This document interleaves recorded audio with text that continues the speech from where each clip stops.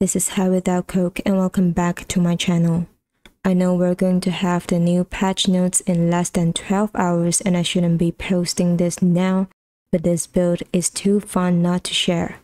Initially, I only intended to test the skill for league start, but then it was so fun I decided to turn it into a serious build, so here it is.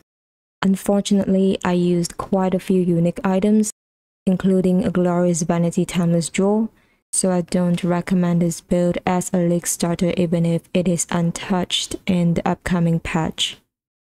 Alright, this is a crit Tornado of Elemental Turbulence Inquisitor build. Tornado of Elemental Turbulence is a very versatile skill that was added in 3.24. Unlike the regular Tornado, Tornado of Elemental Turbulence does not deal reflected damage.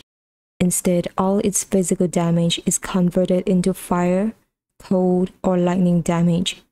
I prefer this transfigured version over the regular tornado because I can have 3 tornadoes out, which I think is better for clear. This skill can be played in several ways.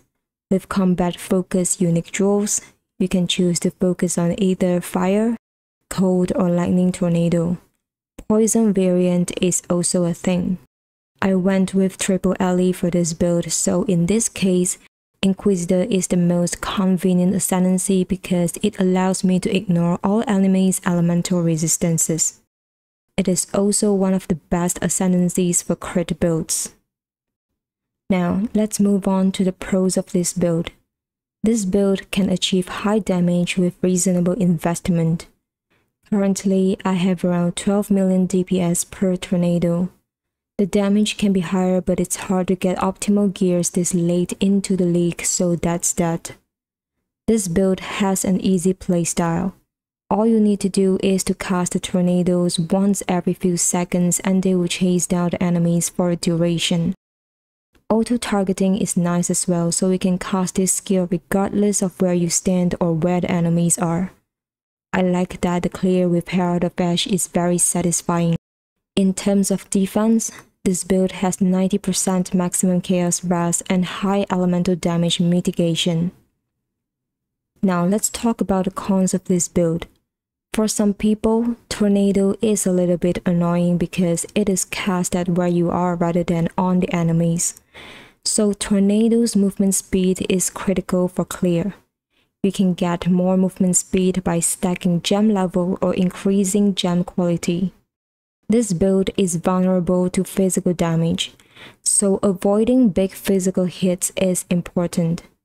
It also has slow movement speed, so I mostly move around with flame dash or shield charge. Alright, so how do we build damage? Since this build converts all physical damage into elemental damage, we want to stack sources that allow us to gain extra damage as elemental or chaos damage. For example, ores like Hatred and Herald of Ash are particularly great for this build.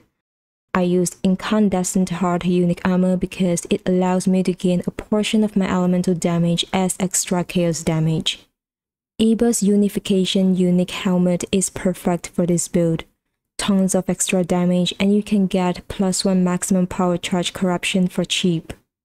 This build has 100% crit chance and over 500% crit multi.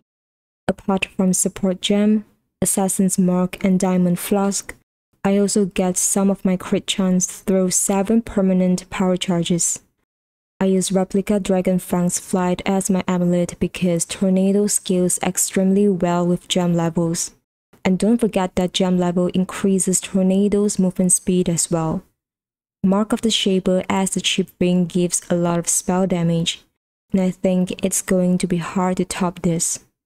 I'm running Righteous Fire, so this is another 40% more spell damage. This build uses Incandescent Heart plus Divine Flash combo to take 75% of elemental hits and 50% of elemental dots as chaos damage. Since I have 90% max chaos resistance, my dot elemental resistances are essentially 82.5%. This is the main reason I can sustain Righteous Fire without Purity of Fire.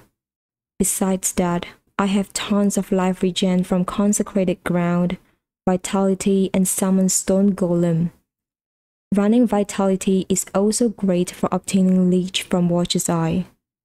For damage avoidance, I have 25% block and 40% spell block from my shield and Tempest shield.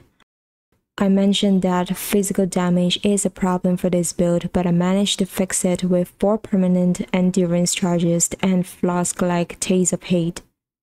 In this build, I used Eldritch Battery so I can reserve all my mana. I have up to 1.5k energy shield, so mana cost is not a problem. I can even spam my blessing skill whenever I want to. Alright, that's it for today's video. See you after the patch notes.